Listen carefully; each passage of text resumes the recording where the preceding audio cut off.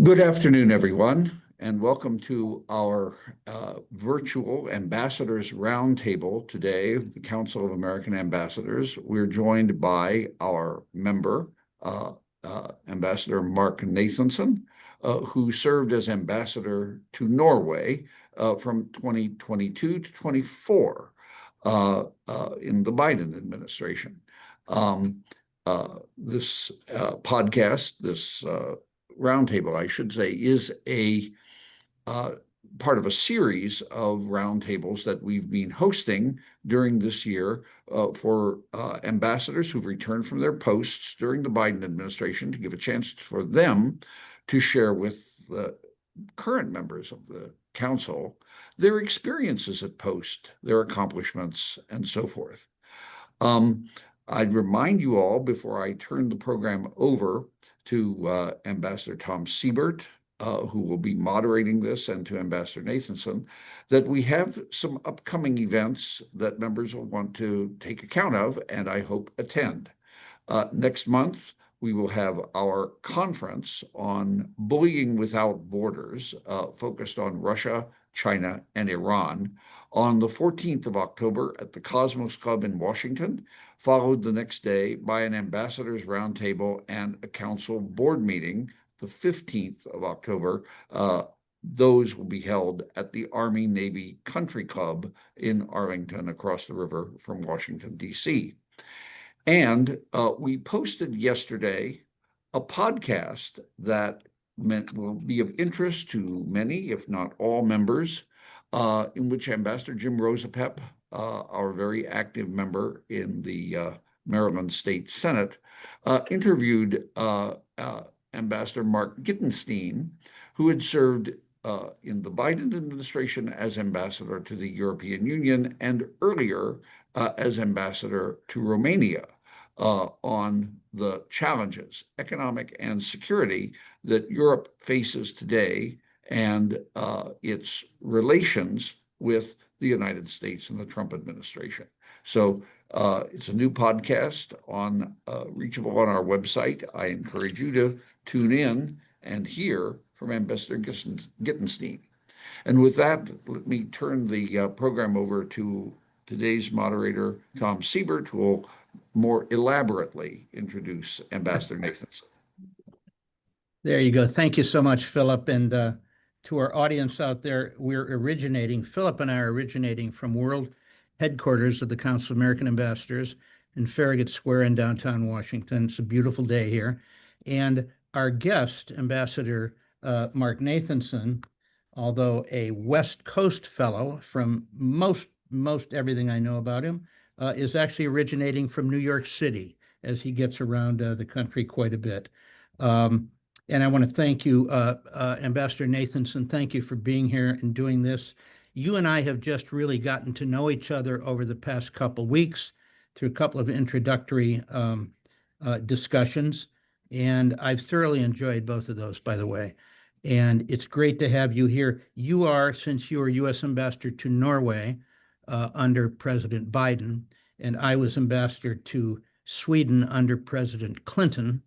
You in the mid-2020s, 2022 to 24, and I, it seems like a long time ago, from 1994 to 1998 in Sweden under President Clinton.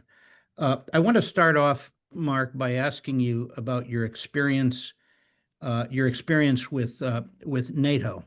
And I'll give a little preamble to this, because in the mid-90s, when I was ambassador in Sweden, President Clinton was doing what they call the enlargement of NATO, not to use the term expansion, but the enlargement of NATO.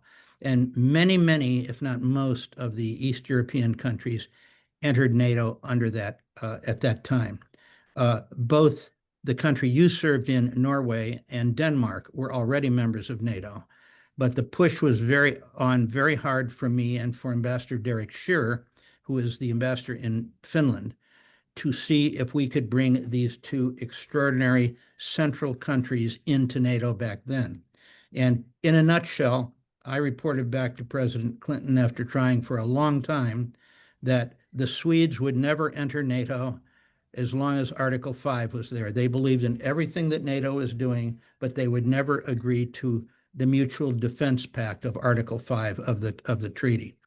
Now, and I remind President when Sweden ultimately and Finland came in, ultimately within the last year and a half or so, 2 years, I remind every time I see President Clinton that I've worked on this ever since then, and he somewhat believes me. But Mark, you were there, ambassador to a NATO country, and we'd just like to hear what your experience was in helping Finland and Sweden enter NATO during this post invasion of Ukraine time. Thank you, Tom. I appreciate it. I was very surprised when I got to Norway as a businessman who had served in some government agencies, how much of my time was devoted to military and specifically to NATO. One of the priorities of the Biden administration was to have Sweden and Finland to join NATO specifically because of Ukraine. Yep. I think this is really a very important, critical issue. And the Norwegians, under General Erik Kristoffersen, the head of defense, was very much for them joining. So it was a mutual effort between the Norwegians, the United States, the Danes, to try to convince the Swedes and the Finns to join. And I spent a great deal of time on the border of Russia and Norway, which is a very small border, 121 miles compared to Finland, which has 900 or so miles with Russia. But nevertheless, they have a border with Russia, and we invited the head of the Swedish military, the Supreme Commander at that time, to come up there, as well as the head of the Finnish army with General Kristoffersen and myself. And we spent the day on the border with the border guards, which are often young Norwegians, talking about the whole issue of NATO. We subsequently, with the help of the ambassadors, both U.S. ambassadors in Finland and U.S. ambassador in Sweden, had several meetings to try to prevail upon the Swedes. One of their concerns, as you know, Tom, is their own defense industry. Sweden, unlike Finland and Norway and Denmark, have a robust defense industry, including airplanes, which are made, and they wanted to be assured that there would be a place for them to continue, if they join NATO, to be able to buy Swedish military contractors and defense industry. And obviously we gave them that defense. And I think the highlight, Tom, of this was I gave a talk at the Arctic Frontier Council in Kirkenes before an audience about Norway, but in the audience were the head of Sweden's military and the head of Norway and Denmark, as well as the foreign minister. And I compared, obviously approved by State Department, the invasion of Norway in 1940 by Hitler to the invasion of Ukraine by Putin. The Russian ambassador was in the audience. He was incensed. He called a press conference. He criticized me. Meanwhile, both the Swedes and the Finns agreed it was time for them to join. Wow. That is really illuminating, Mark, and it's great to hear that story from you. When I was there, just getting into the weeds a little bit on how this transformed in a place like Sweden and Finland, which Derek sure could speak, volumes to. When I was in Sweden, it was largely the Socialist Party in Sweden that was resistant. A lot of the business class in Sweden really wanted to enter NATO, but the Social Democratic Party was largely against it. And it astonished me that after Putin's invasion of Ukraine, that there started to appear on CNN international feeds into the United States within 1 to 2 months after February of 2022, when the invasion started. There were interviews with members of the Social Democratic Party in Stockholm saying, it might be ready for us. It might be the time for us to reconsider this. And from there, it really was an extraordinary push within the country and in Finland. And I'm sure the Nordic neighbors, certainly you as ambassador to Norway and in Denmark, this was a huge push because these neighbors, remember, Norway used to be a part of Sweden, yes, until 1905. And that was quite something. Did you see, Norway is different from Sweden in that it always was a member of the European Union, it was not the member of the European Union. Not a member of the European Union. And Sweden went in. But it's very interesting. Did you see, from the standpoint of Nordic public officials, Norway's public officials, members of any parties, were they trying to influence the Swedes or the Finns to come into NATO?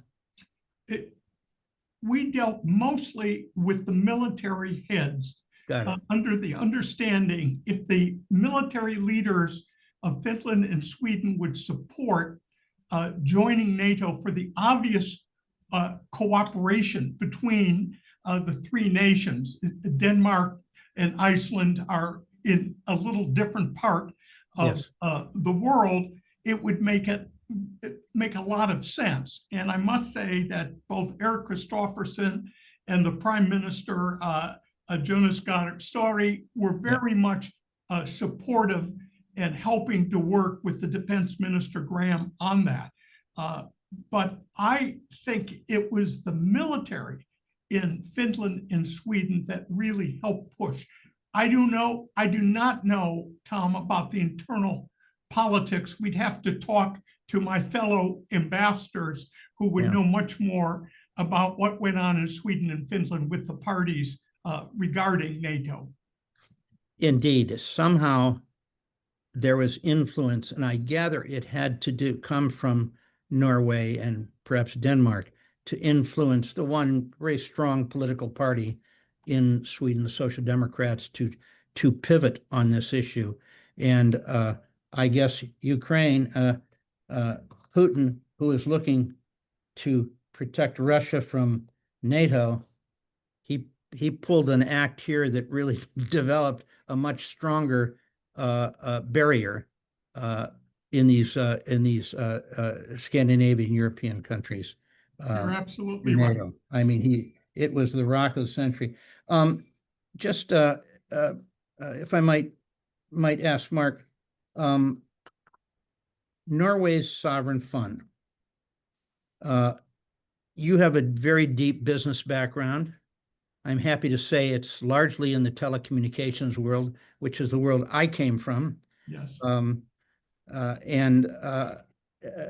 What interaction did you have with the Norway's Sovereign Fund, given your business background, when you served in a political and government role there as ambassador?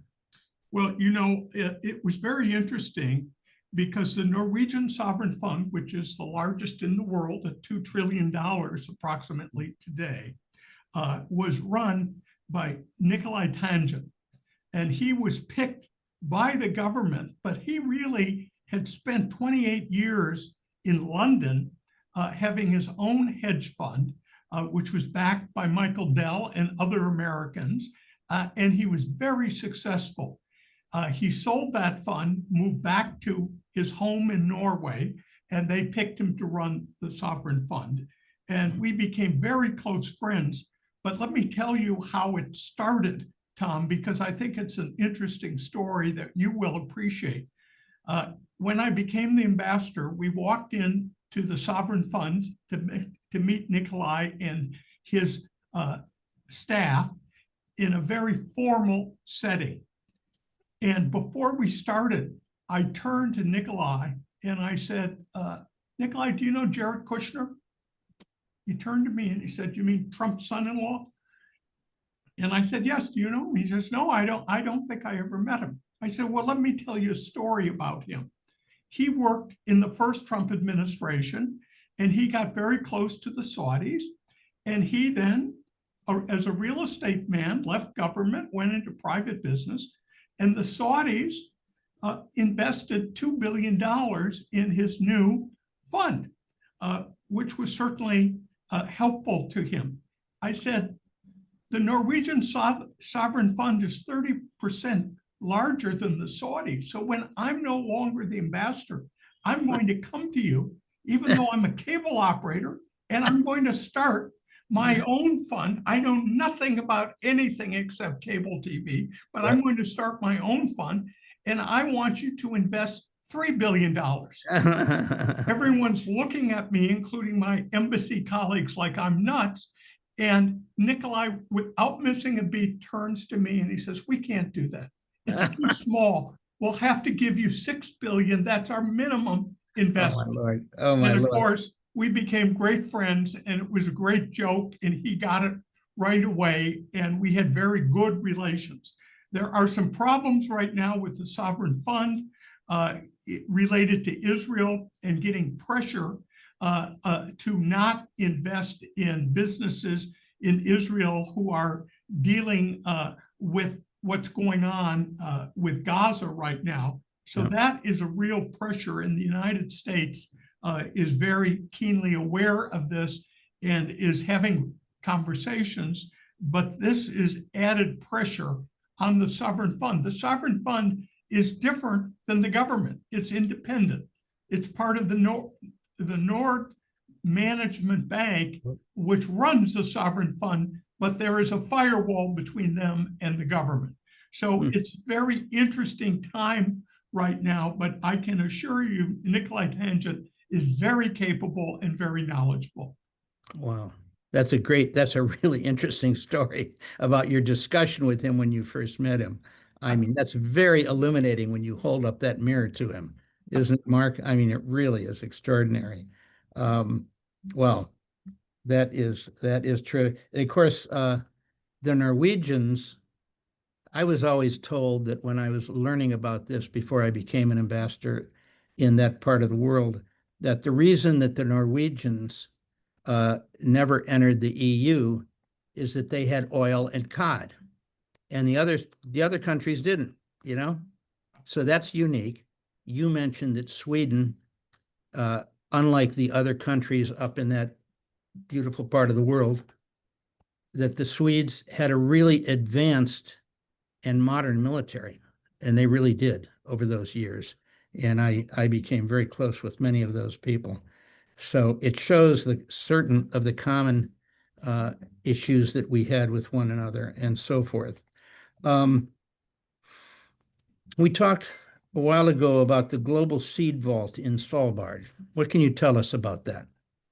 Well, it's a very interesting part of the world, and I urge everyone on the phone, if they have a chance, to go to Norway and to go to Svalbard, which you have to fly. It's almost 2 hours from Tromsø to get there. But it's such an interesting place because this is an archipelago that in 1920, the League of Nations, and quite soon afterwards, in 1925, a treaty was signed giving it to Norway, but allowing all of the signatories of the treaty to have the rights to fishing and mining and hunting there, even though it's part of Norway and it cannot be military. Well, it's a very small population, only 2,500 people. There are more polar bears there. They say 3,500 polar bears than there are people, but it's absolutely beautiful. And one of the things that is unique is the seed vault. And the seed vault was actually the concept and idea was by an American scientist who later became an advisor to the State Department, Carl Fowler. Dr. Fowler thought it would be perfect to store seeds there. And that's exactly what happened. The world came together. The Norwegians built in the permafrost, in the mountains, a permanent installation where you could store seeds from all over the world. There are over 1 million different variety of seeds. So if anything happened to crops for any reason anywhere, they could get the seeds from the seed vault. And I had the great honor to deliver from the Department of Agriculture a box of seeds that they did not have, which actually came from Native Americans in the United States.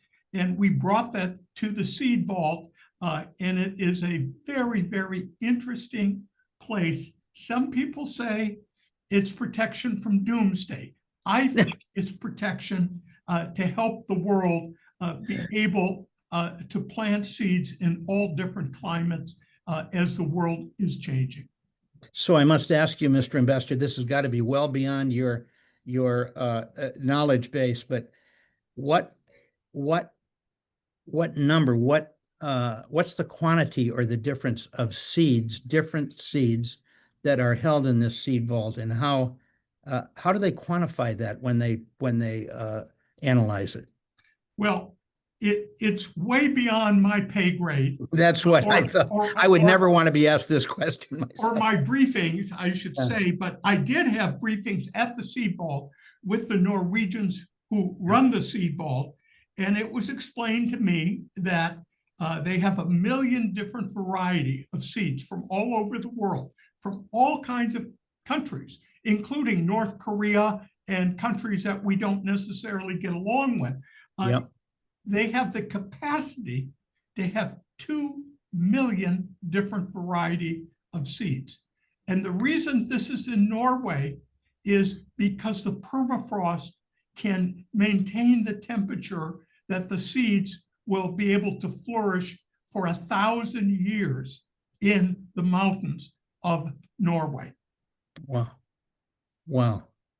I think you're saying it's fairly cold up there. Now, I've been up to the northern part of Sweden. You know, there is that most northern province. I went to all of them when I was there in my 4 years. And the northern province is Kiruna, which is, it goes past the Arctic Circle. And why don't the Swedes have a seed vault? I was there for 4 years. Maybe it was too many decades ago when I was there, but I never heard of the seed vault. But that's a really interesting well, as you know, this part of Norway, compared to Sweden or Finland or Greenland or any other place, is closer to the North Pole. And this is the highest mass population center. Now, one of the ironies of this is the Russians actually have a coal mining community of their own under Norwegian government and under the treaty of 1925. They have their own with a few hundred people there. The Chinese and other nations have scientific research centers allegedly there. In addition, SATCOM, the downlink to the satellites, have a direct shot there with no interference. So many of the satellite companies in the world, Google, Microsoft, and so forth, have enormous receiver stations also there. So this is a very, very important and somewhat unique because of its closeness to the North Pole and the lack of interference of any type there. I see. Yeah, that's very illuminating. So before I get into another area of discussion, and before I leave the far north part of Norway, tell us what the U.S. and Norway's Arctic strategy is, if you would. Well, it's very important, and I'm happy to say under the Trump administration as well as the Biden administration, they may not agree on a lot of things on foreign policy, but they do agree that the Arctic is very important. And one of the great honors that I had was to open an American presence post in Tromsø. Tromsø is the largest city in the Arctic in Norway, approximately 68,000 people with the university, UIT, is there. And the United States, thanks to the president and Secretary Blinken, we actually in October of 23 opened an American presence post, very small, 1 State Department employee and 3 Norwegian staffers.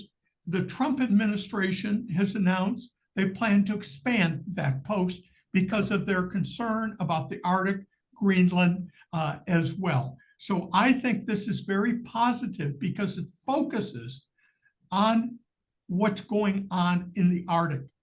Most people do not realize, I know you know, Tom, but the Russian submarine fleet, their nuclear fleet, all their atomic testing of all their weapons is done in Siberia across from Norway and Sweden and Finland. And so this is very important that we monitor what's going on, that we share intelligence with fellow NATO members, and it is a critical area of the world, often not on the radar of many people, but the military people, both in the United States, Alaska, right in Sweden and Finland and Norway, are well aware of the importance. Only 10% of the Norwegian population live in the high north. But from a strategic point of view, it's critical. And of course, it has precious minerals, oil, and gas. That's really very interesting, Mark. Also, it's very positive to see cooperation between the Biden administration and the Trump administration on this this issue.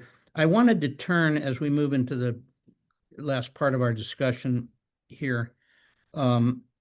You've been a business entrepreneur for many, many years.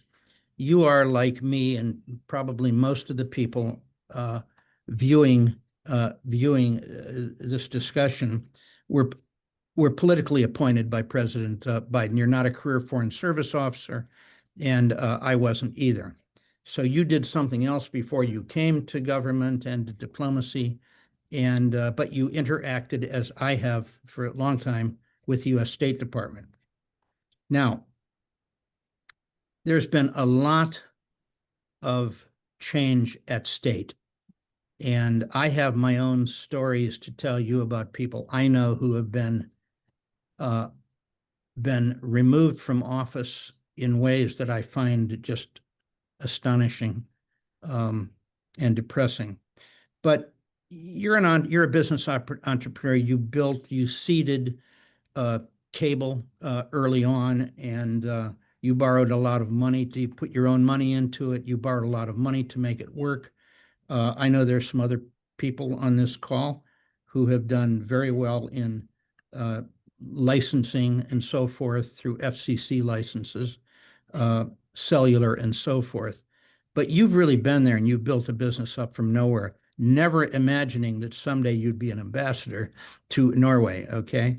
But given the business background, and you've interacted with a lot of people at state, what suggestions or residual impressions do you have about how the State Department interacted with you as a politically appointed ambassador? Of course, me, well before Donald Trump became president. And right now, what advice would you give as a business person? Well, I don't think we have enough time on this call to go over all of it. One thing I wanted to point out, and I brought it right here. I don't think people can see it, but this is a postcard I sent to my parents from Norway when I was 19 and I first visited Norway. I never dreamed I would be the ambassador there, but the postcard is telling my parents how much I loved Norway at that time. As far as the State Department is concerned, since I was President Clinton's first head of what is called the United States Agency for Global Media, the BBG at the time it was called, I'm very sad to see that the Trump administration has closed down a lot of public diplomacy activities as well as USAID. That is just my personal opinion on that, Tom. As far as the State Department is concerned, and I am of belief in my interactions when I was head of the United States Agency for Global Media, besides Voice of America and Radio for Europe, we also had Radio and TV Marti. And I interacted with Senator Rubio from Florida about the Martis in particular. And I found him to be very competent and very knowledgeable about the issues and so forth. So I am hoping he will take that same attitude toward the State Department, but time will tell. Looking at the State Department, whether we're talking in the Trump administration or the Biden administration, I found it is still very archaic. As my friend Tom Nides said, when I would chat with him when he was in Israel, he would say, Mark, you can't change that. It's been that way since 1776. And unfortunately, I found Tom often to be right. But my suggestion as a businessman is the State Department needs to really modernize in how it treats personnel and do a much better job of recruitment, encouraging for the ambassadors not to be able to have a budget to pay for events that would encourage not just the American employees, but in my case, the Norwegian employees and their spouses as events to tell them how worthwhile and how important their job is. And I found most of the people, as I know you did, Tom, to be extremely competent. I'm talking about the career State Department people. And so I really praised them, developed a lot of friendship and relationship. They make great sacrifices with their family. And I think we need to do a much better job of embracing them and encouraging them. I would even like to see special programs where the State Department would help pay for colleges for their children back in the United States. The last thing I would mention, which Rich Verma, the Undersecretary of State Management, and a friend of mine heard me complain about often, but nothing happened under Brian McHugh or Rich, was how they treat the spouse or significant others. Because we ask them to do so much, as I know you and your wife did in Sweden. And my wife, Jane, really spent a huge amount of time entertaining, meeting people. She's a psychologist. She gave talks about the difference between American and Norwegians approaches and so forth. But they don't treat the wife at all with any support or any respect in the State Department. And I think that's a huge mistake. They're a great resource, and we should use the significant others or the spouse. And I think that's a big asset that wouldn't cost a lot of money, and we're doing it anyways. I couldn't agree more, Mark. And I remember that when I was going through confirmation hearings, one of the senators who was questioning me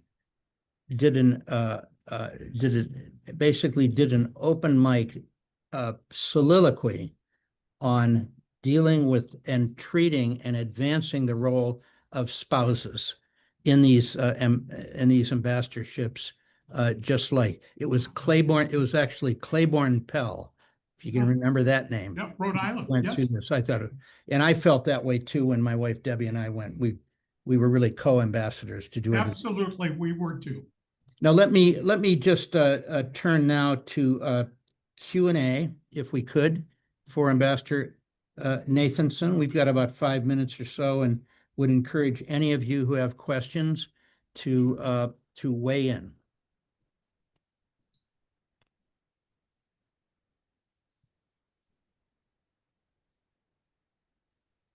So, Tom, maybe I could get the ball rolling here with actually two quick questions for Ambassador Nathanson in unrelated fields. The big news of the 1970s in Europe and energy was North Sea oil, which was divided territorially among several countries, with, as I recall, Norway having the largest territorial share. How is Norway's petroleum reserve holding up and holding out? And what is its contribution for the future to Europe's overall energy picture? That's one quick, I hope, kind of overall question. Secondly, on the military front, again, way back in the 1970s, Norway was part of a common fighter program focused on the F-16s that was an important contribution to NATO standardization. Now the F-16s are a past generation, and the F-35 is the new generation. Is Norway acquiring the F-35s, and will they replace Norway's F-16 fleet? To the latter question, yes. The answer is yes. Norway spends approximately $5 billion a year on U.S. military equipment, including the F-35s that they and Finland both have as their main defense airplane system in their country. By the way, the Norway budget of the military has gone from in 2020 to $6 billion to 2025, $19 billion. So just to show you the increased emphasis, and particularly, as I mentioned already, under a very competent General Erik Kristoffersen, who is the first head of the Norwegian military who has had actual combat experience. He was head of the Norwegian troops who are our allies in Afghanistan, as you know. As to oil and gas, in 1969, American oil companies, Exxon, Phillips, etc., discovered oil and gas on the continental shelf of Norway. Norway has an extremely long and narrow country, but a huge continental shelf in the North Sea. The Norwegians, being very transparent, as most of the people in Scandinavia are, said to the American companies, you can discover, you can drill, but you must bring the oil to Norway, and we want 50% of the profits. And that was the deal. Well, that became the sovereign fund.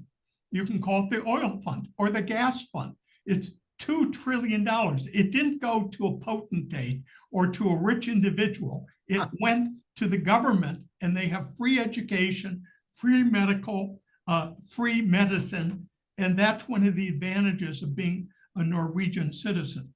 But today, Norway reserves go out at least 50 years. I went to many of the refineries. They have 9,000 miles of pipelines to Germany and to England, and it is critical to help Europe combat with the removal of Russian oil and gas. Ambassador Gilmore, go ahead. I'm not sure I can be heard. I'm on a train, but if I could be heard, I have a question, and that is this. In the early part of the presentation, you mentioned that Putin had set up some type of barrier. I think it was to Sweden and Finland's NATO acquisition, but I was unclear about that. What type of barrier were you referring to? What I was trying to say is that Putin's unprovoked invasion of Ukraine was really hit very hard for Finland and Sweden, and it provoked them, or got particularly the military, to look at what would happen if Putin invaded the Baltics or Finland, for example. And the military of those countries, as well as in Denmark, came together and said, we must combine our strategy to fight a potential, hopefully it'll never happen, problem with the neighbor in Russia. And that was one of the impetus for them to come together and to say to Putin, you better not go into the Nordics, whether it's Norway or Finland, because we're all part of NATO, and the United States has encouraged that. Very good. If I could be heard, I just wanted to say that it looks to me like that is a greater danger today than it was then, with all the signals that Putin is sending. And Mark, I neglected to say I'm the former ambassador to the OSCE under the first Trump administration. Thank you. Thank you.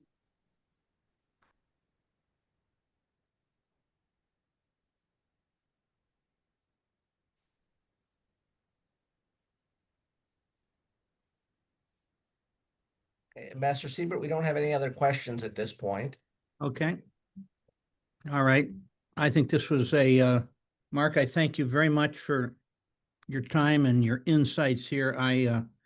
You know, you and I were ambassadors in a very similar part of the world. And as much as I thought I knew about Norway, I gained a great deal more from your insights here. And I thank you so very much. And thank you, Ambassador Hughes and the council and all those who tuned in and listened to this for your participation. Thank you. And I would encourage all of the Biden political ambassadors to join the council, because I think it's a wonderful organization and a way to keep informed on what's going on in the world. So I thank you all. Well, good. And Mark, Much Ambassador Nathanson and Ambassador Siebert for such an interesting and stimulating, valuable contribution through today's roundtable. And we hope to see all our members signing up for future roundtables, which will be coming after our October conference. Thanks so much. thank you.